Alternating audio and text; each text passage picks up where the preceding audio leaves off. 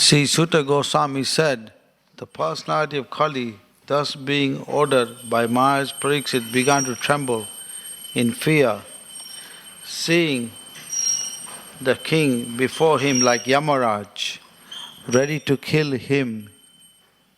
Kali spoke to the king as follows. Srila Prabhupada's purport. The king was ready to kill the personality of Kali at once as soon as he disobeyed his order. Otherwise, the king had no objection to allowing him to prolong his life. The personality of Kali also, after attempting to get rid of the punishment in various ways, decided that he must surrender unto him, and thus he began to tremble in fear of his life. The king or the executive head must be so strong as to stand before the personality of Kali like the personality of death, Yamaraj.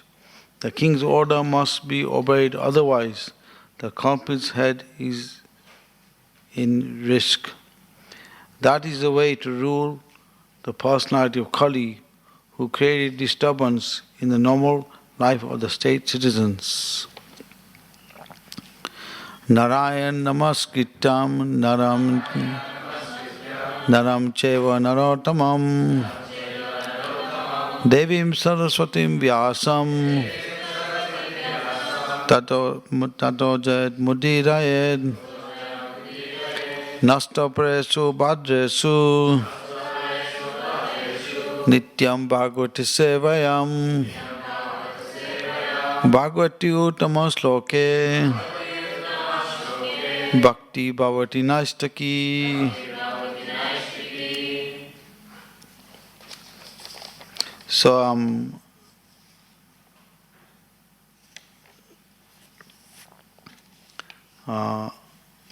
we see how here is speaking about the king, how he rules the citizens, and how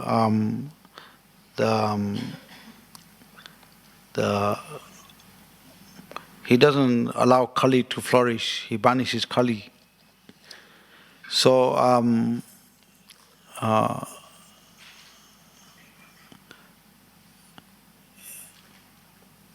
as devotees, we are coming in line of kings. The Bhagavad Gita is spoken 40 million years back to the sun god, then 5,000 years spoken by Lord Krishna to Arjuna. Then the same teachings are coming even up to now. So in that sense, we are coming in line of kings. So as devotees, it's our duty to help others on the spiritual path. And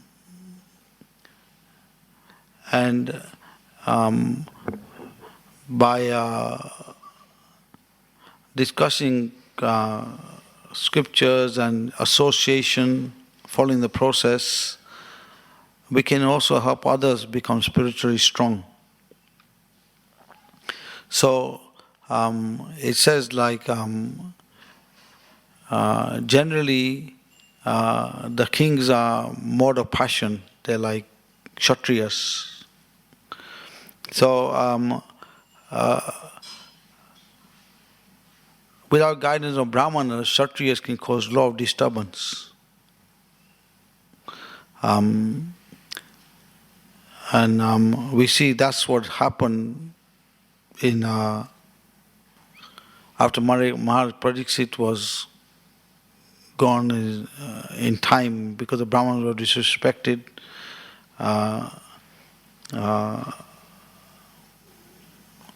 Kali entered and caused a lot of disturbance. And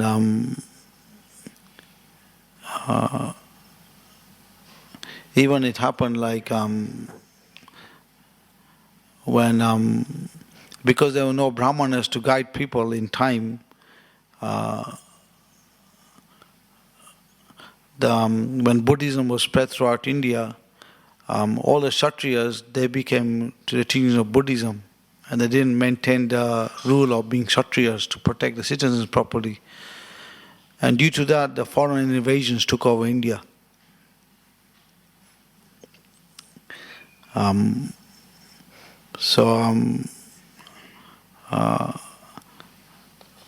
Srila Prabhupada, he wanted to establish Brahmanas first to guide society. And example is given just like the body, the head, the arms, the belly and the legs. So if other parts of the body are affected, the body will still live. But if the head is taken off, the body will die. So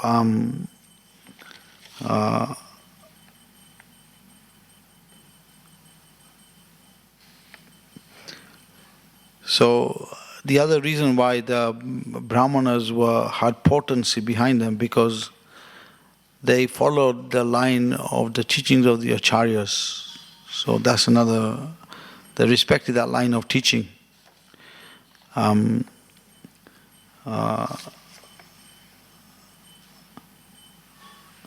It wasn't based on birth, it was based on qualification. Like Krishna says in Bhagavad Gita, Chatu Vanya Maya Sistam Guna Karma Vibhakasha Akhatam Avayam, that I have created this system based on qualification, not on birth. He says Janma, not, he says Chatu Vanya Guna, he says Guna, not Janma, so qualification. So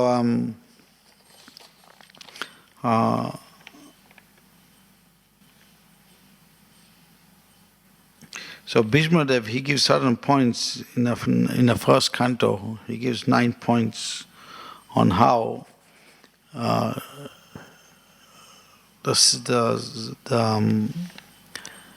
modern society can be balanced properly. He's speaking on a varnashram. So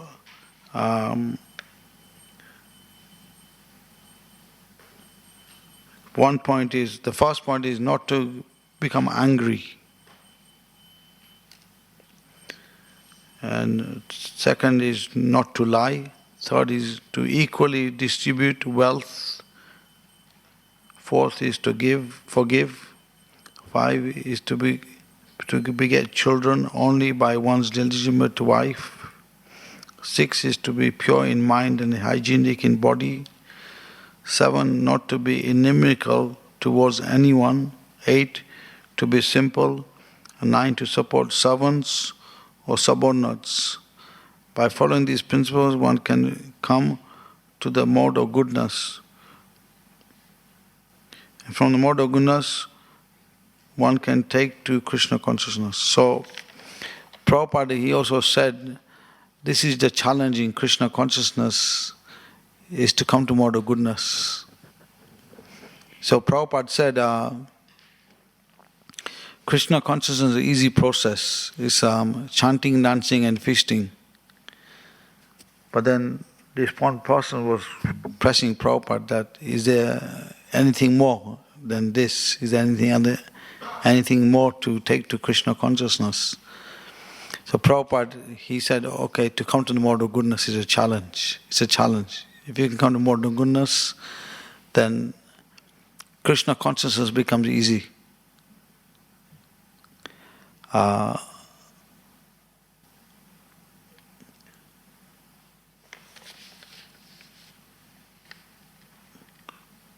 So the quality of the mode of goodness is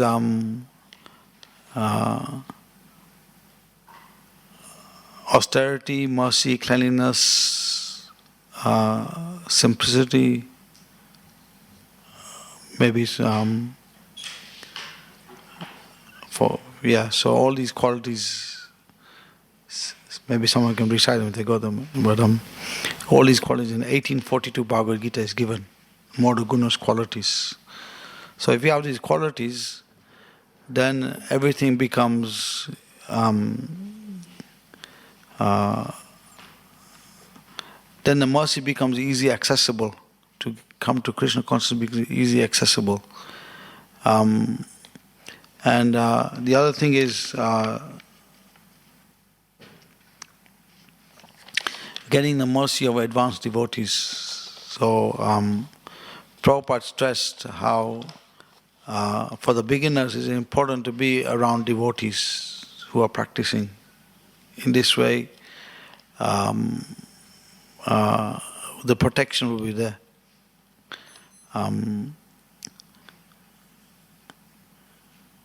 Because it's not with our own endeavor we can make spiritual advancement, it's by the mercy of advanced devotees. Actually, in the Nectar of Devotion, it's mentioned mercy comes in three ways. It's glance, instruction, and blessing.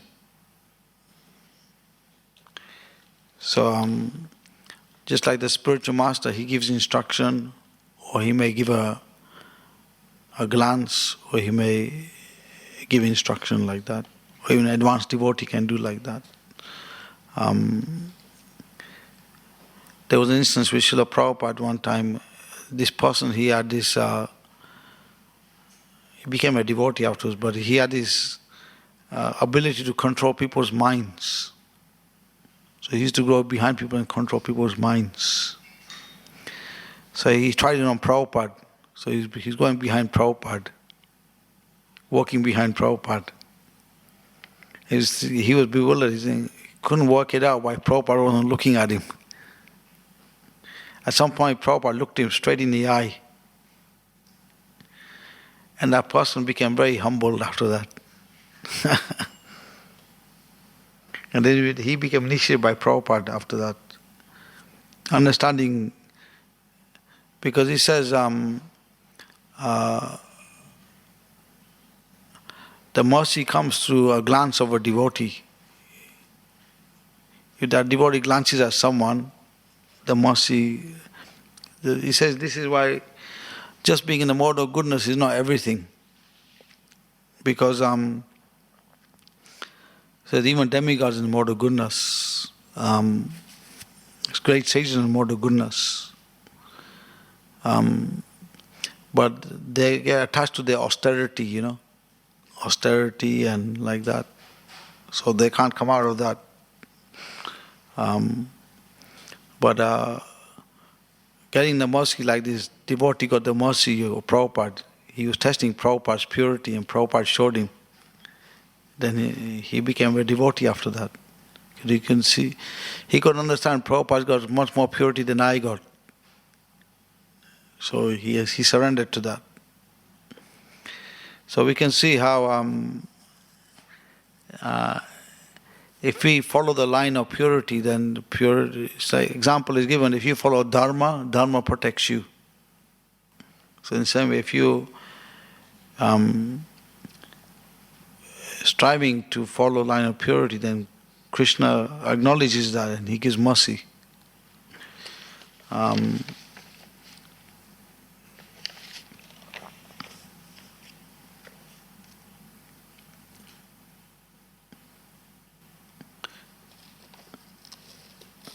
So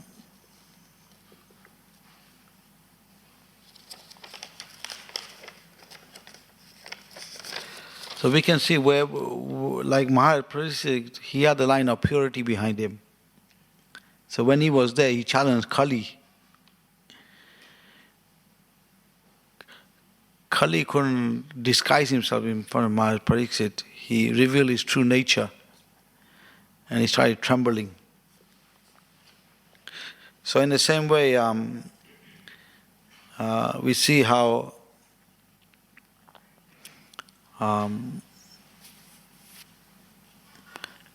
there was a story read in the book called Holy Prison by Chandramuli Swami. He gives a story how there was one lady, she got put in prison, and then Maharaj started cultivating her and became a devotee. And then I think at that time Maharaj wasn't an initiating spiritual master, but he directed her to someone to give her shelter. And she was meant to be in prison for a long time. But then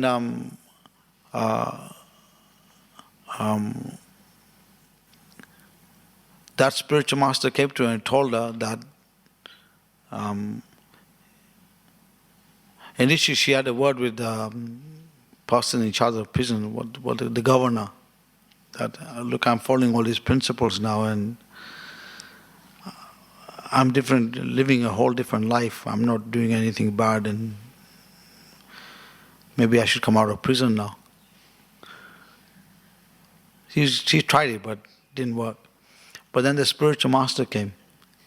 And when he told her, then the governor just split her off and he came out of prison. So that shows you the potency of mercy. That the mercy factor was there, and then Krishna guided the governor to sign her off. Then she came out of prison. So we can see in the same way how if we surrender to Krishna, then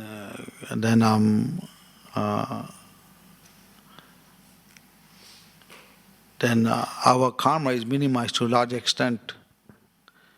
And there was an instance, even I think Gautam Bihai Prabhu, he had they do prison preaching, and he was preaching to someone in the prison. And this person was in a heavy confinement. But then he started reading Prabhupada's books.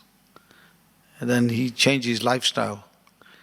They took him out of heavy confinement and put him in a better prison cell. So, see how Krishna minimizes the karma of the individual. So, the human life, we have the opportunity to understand and turn to Krishna. The human life is achieved after 8,400,000 species. The civilized human life is very rare compared to the other species. So, in the human life, we can actually, if we are serious, we can go back to Godhead very quickly. So,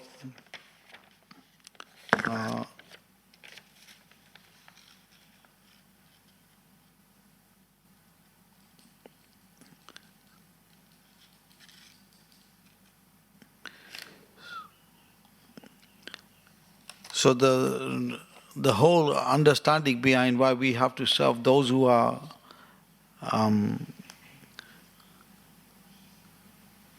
the material world is full of lust. Everyone wants to be the center. In the spiritual world, Krishna is the center. So that's the difference. Krishna's in the material world, everyone wants to be the center. In the spiritual, Krishna is the center. So to approach Krishna directly is not so easy. He says, Manusyanam saseshu kashijata siddhaya yatitamapi siddham kashimavati tattvataha. That Prabhupada said in the lecture, in the verses out of many thousands who live on this path, only one achieves perfection. Or Prabhupada said in Kali Yuga is out of many millions. So that shows the rarity of achieving perfection in Kali Yuga. So there's an interesting quote which is given in the Srimad Bhagavatam 10th canto. It says, just as a person with rose-colored glasses sees the entire world as rose-colored, a conditioned soul with mundane vision sees even God himself as mundane, and thus loses the opportunity to come back to Godhead. So,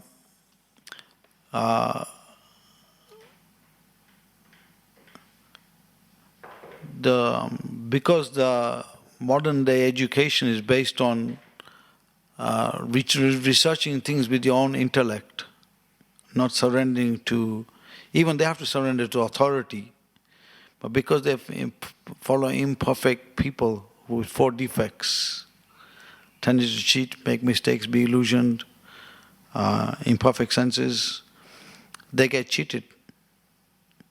So the material world is a place of cheaters and the cheated. But on the whole, we can see how the purpose of the material world is there for people to go back to Godhead. Because there's always those who want to get out of the material world. So that's why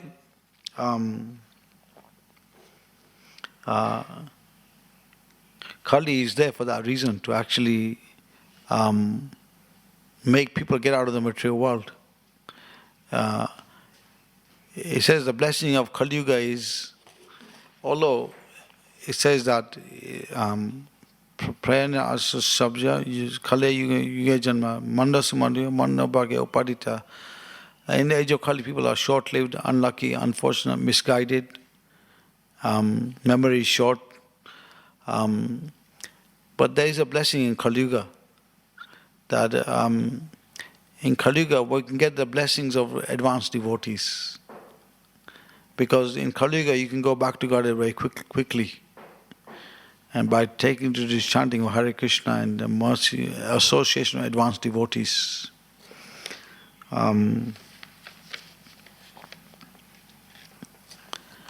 In other ages, there's people get an opportunity to go to higher planets, demigods come to the earth. There's more opulence manifest.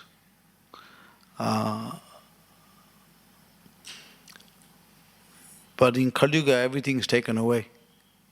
And people's pride is cut off. Pride is really, how do you say,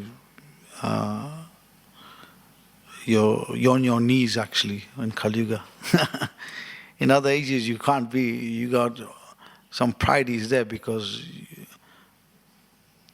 of this opportunity to go to higher planets and opulence, wealth, more lifespan, longer lifespan is there.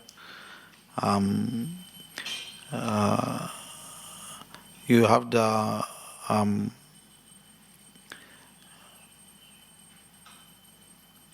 but he says that even in the heavenly planets, opulence is so much that people can't focus on going back to Godhead. Distraction is is so much distraction there.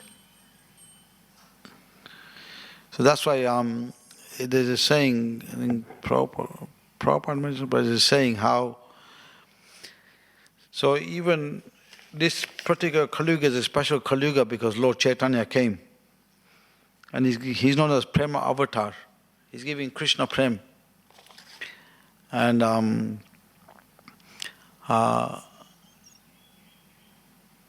so he says demigods are queuing up to take birth in Kali Yuga to get Lord Chaitanya's mercy. So it's but then there's the other side also. They say the golden age, when the golden age manifests, they say after Prabhupada's appearance, the golden age will manifest more and more over time.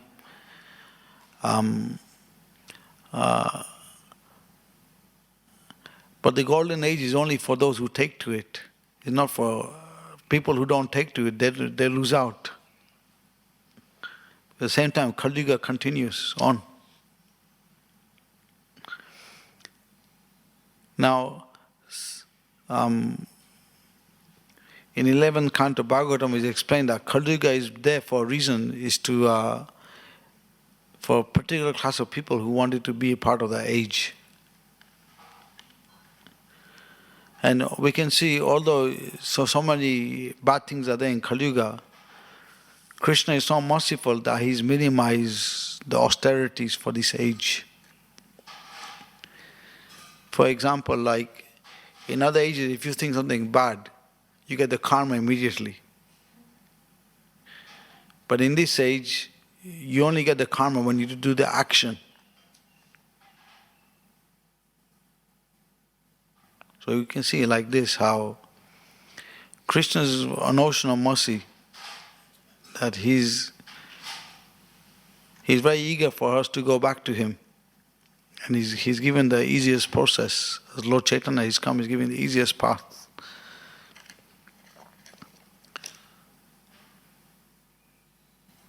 So there's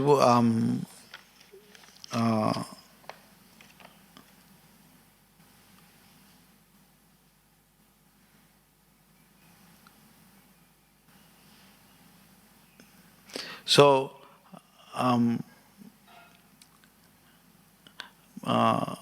as devotees, we should be strong in our approach to help others in their Krishna consciousness.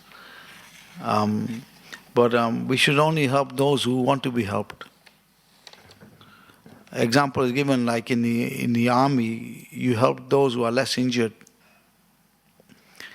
Those who are too much injured, you can't help them sometimes. So first we have to become strong ourselves, then we can help others. So Bhaktivinoda Thakur, he mentions 5 kinds of envy from Jaiva Dharma. He explains. First is skepticism, not having faith in God. Second is to believe that the Supreme Lord is nothing more than a natural potency of the creation, which automatically brings about the result of one's karma. Third, not believing in the transcendental form of the Lord. Fourth, not accepting the position of the jiva as the eternal servant of the Lord. And 5, the absence of mercy.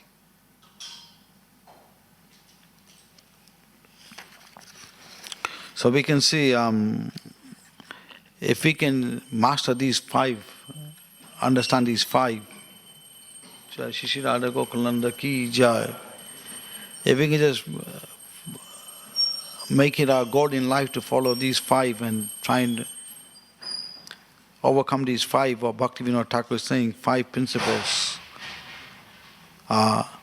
then our perfection is easy, guaranteed.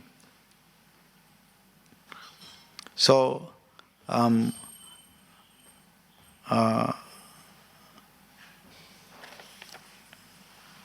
Srila Prabhupada, he gives it in a different way. He says in a different way.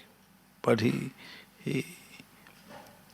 says how there are 4 classes of men: lazy, intelligent, busy, intelligent, lazy fool, busy fool.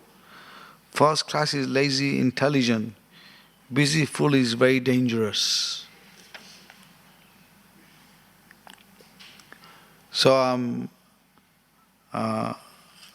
lazy intelligent, this is from 1974 in Hawaii. So, lazy fool means that he's introspective. He doesn't, like the busy fool, is too much passion, create disturbance. So it's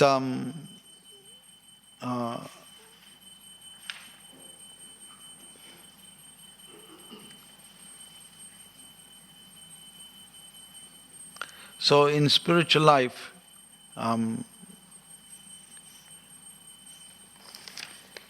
the secret is simple living, high thinking.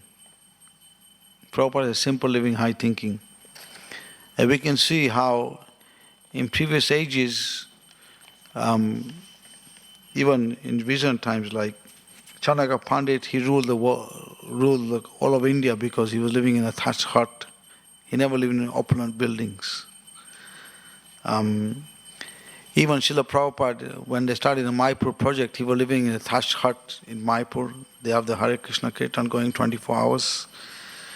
And they came to ask Prabhupada that, why don't we want to build something for you, like, and Prabhupada said, I don't need anything. I'm happy to be in this hut. So then they had to go back and ask Prabhupada in a different way. They said, it's not for you, Prabhupada, we're building it, we want to build it for the future when people see the importance of Mayapur project. So then Prabhupada agreed. For himself, Prabhupada was very simple. So if we are very simple in our practices of Krishna consciousness, then we'll find how spiritual life will be easy. There's a saying, simple for the simple, complicated for the crooked. So we have to be simple, and we follow the teachings, and we have nice dealings with devotees. There is three things. But the path back to God, that is Namaruchi, Jivadoya and Vaishnava Seva. So you do these three things, and your path becomes clear to go back to Godhead.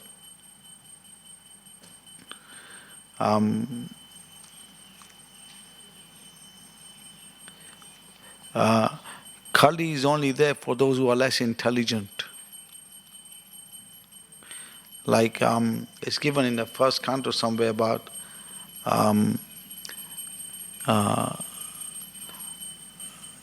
Maharaj Yudhishthira renouncing his throne for Maharaj Parikshit to take over. Maharaj Parikshit is so sudden, Maharaj Yudhishthira he saw sudden qualities coming in. How Kali was manifested. But Kali is only for those who have no knowledge of scripture and they don't take to the teachings of the acharyas. For those who follow these teachings, Kali cannot have any influence. Because the devotees, they have faith that by chanting the holy name, by reading the scriptures, following the acharyas' teachings, they're not living in the material world. They're training themselves to go back to the spiritual world. So they have nothing to do with the material world.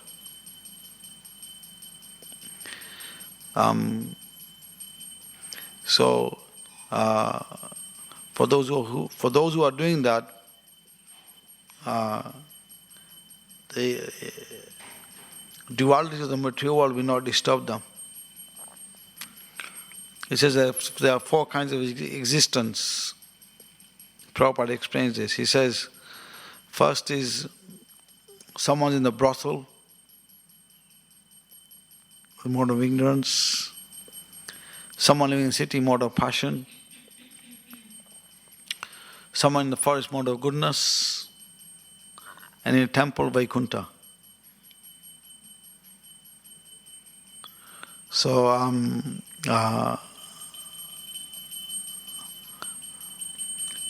when Prabhupada says about the forest, for us, he means Vrindavan or Mayapur. In previous times, kings used to go to the forest to renounce the kingdom and go and do austerities. But now that's not possible. But we have Mayapur Vrindavan. Actually, it says that out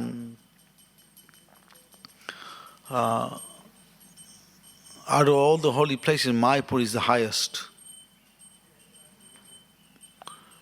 It says even in other yugas, the holy places were like in Dwapara Yuga, Kurukshetra was there.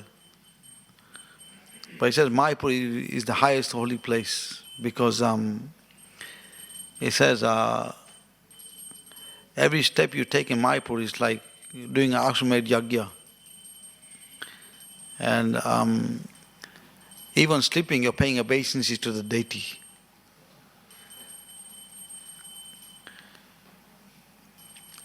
So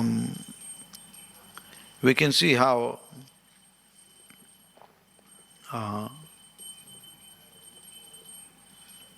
Krishna is very merciful like this to reclaim the fallen souls. He wants us back with him. So he came as Lord Chaitanya, and then he sent his associates like Bhaktivinoda Thakur, Bhaktivinoda Thakur, Gaurakrishna Babaji Maharaj, Srila Prabhupada, they all came to teach us the line of Lord Chaitanya's way of teachings. And they made it easy accessible to us. So we just have to take to this line of teachings, then even living this life, we are not part of the material world. Although the misery of the world is there, the body is there, but we don't get affected too much. If we are living those teachings, we will not get affected. So, any comments or questions? Okay.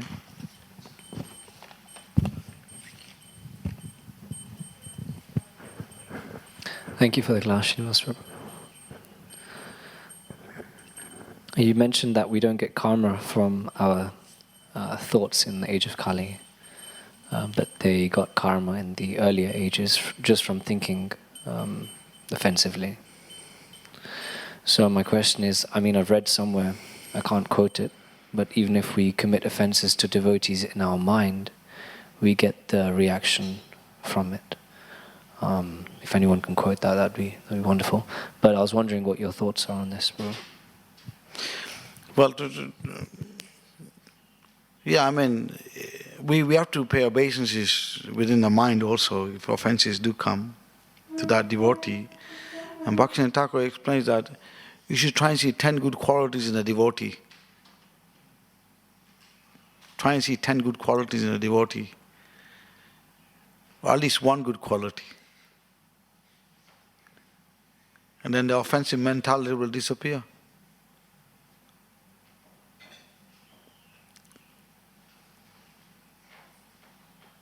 Concerning the karma, however? No, if you try and see the good qualities, because see the thing is, if you try and see good in others, then the negativity goes away. That's how it works. I had one more question, is that okay? You said lazy fool and busy fool. Busy fool is in the mode of passion. Lazy intelligent is the best. But lazy fool, you said, has introspection. What did you mean by this? Prabhupada given the court, he's like,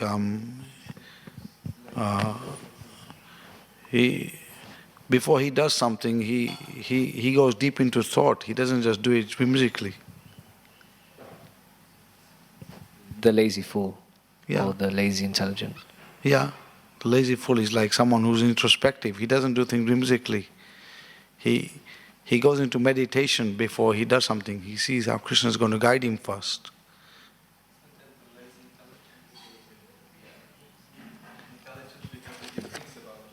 No, Prabhupada says, he gives it differently here. He says, lazy, intelligent, okay, yeah, lazy, yeah. He says, lazy, intelligent, busy, intelligent, lazy, fool, busy, fool. First class is lazy, intelligent. Busy, fool is dangerous. I don't know what busy, fool, lazy, fool means. I mean, a lazy fool is lazy in his nature, and he doesn't want any devotional service. He's a fool. Okay. Very good. Very good. It's an amazing combination. Very good. Well, it's because I'm like that. I identify. Howdy, Bo. Any other questions? Thank you, Prabhuji, for a very nice class. I just have one question. You said that we get mercy by pleasing devotees, but sometimes can you get mercy by like annoying devotees? Like, for example, a child and their parents, normally sometimes children annoy their parents to get like a little more of their love. Well, my understanding is somehow that you have to bring Krishna within the picture, then the mercy will come in. Otherwise, it's difficult. If you're going to try and be the center, then you're disturbing others. You have to bring Krishna within the picture. It's like that Dr. Patel, he was having discussions with Prabhupada, right? Because he was into studying Bhagavad Gita. And he gave many arguments to Prabhupada, but Prabhupada answered all the arguments. But Prabhupada was eager to have him because the arguments he was giving was very good in terms of helping others become Krishna conscious. So it's fine to annoy if you're bringing them closer to Krishna. Then What's you get, like, it's okay. Like, sometimes you can annoy the devotees to bring them closer to Krishna. No, the thing is, you have to put Krishna in the center. Everything balances from that. Okay. That's easy, you know. Yeah. We should not try to be the center. Yeah. Otherwise, you're causing more harm to yourself and to others. This is I mean, look, you see how Prabhupada did things. He put Krishna in the center. He never did anything for himself. Even guiding his disciples, he put guiding them to Krishna. So if we do like that, then everything balances out.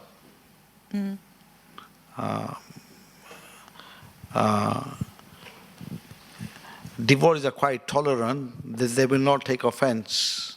And outside, if you do something wrong to someone, they may do harm to you. But Krishna may take offense. So we have to be careful like that. Thank you. I think Mataji behind. Hare Krishna Prabhu, thank you for the class. We have a question. Here in the purport it said that the king was ready to kill the personality of Kali at once as soon as he disobeyed his order. So what does it refer to that he disobeyed his order? I mean, the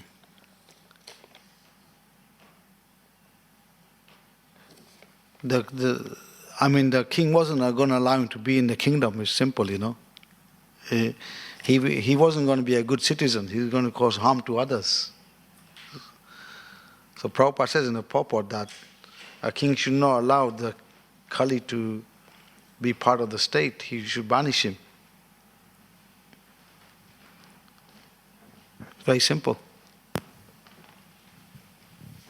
Kali cannot flourish. He'll cause harm to others. So Maharaj Pariksit gave him certain places to go. Then he told him, you can reside in gold, where the gold is hoarded. But Maharaj Pariksit would not allow Kali to be in the part of the kingdom. So even Bhaktivinoda Thakur comments that those who disobey the Acharya's teachings in the line of parampara, they are Kali Chalas. Because they making out they're part of the parampara, but they're misleading others. So even within our line, we don't allow people like that to come in. What to say about the state, you know? Even within our line, there's been many instances where someone's deviated and then been asked to leave the movement or something. Or Krishna moves them on in a different way.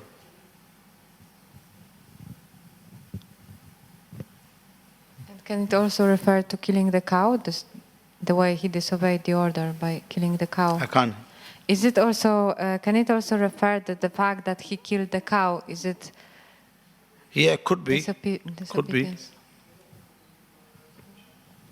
Yeah, I mean, Maharaj Pariksit was going to,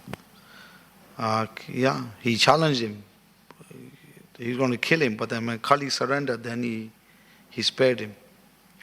Because he could see that Kali does have a purpose to play in Krishna's plan. I think Ian had a question, right? Oh.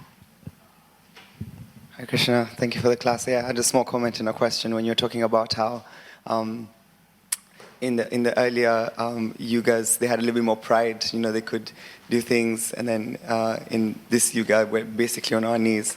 Prabhupada was giving a talk and just talking about how earlier days people were eating with silver spoons. Now we eat with plastic spoons, and we think we're advanced, but we're really on our knees. So I was just remembering that. And the question I had was, so, you know, you're mentioning all these things, and we hear these things regularly, you know, just following the process, and how gradually, you know, we can get there, how we're fortunate that out of the many millions, we've somewhat tried to take to the path, and obviously it keeps on saying that one person keeps on moving. So why is it that, what's stopping us that we're here, we're taking to the process, but we're not getting to that level of surrender? We're still making offenses, we're still having this, what's that thing that we need to change so that that can like be eradicated?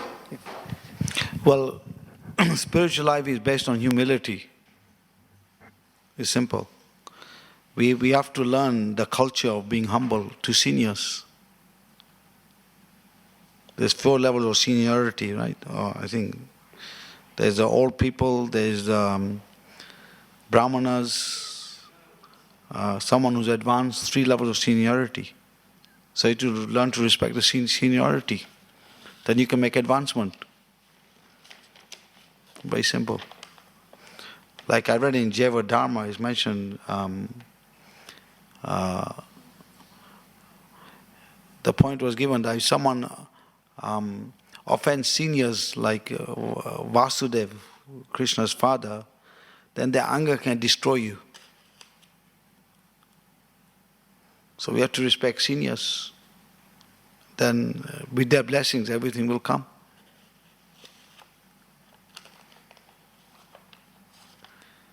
I think 8:35, shall I continue or stop?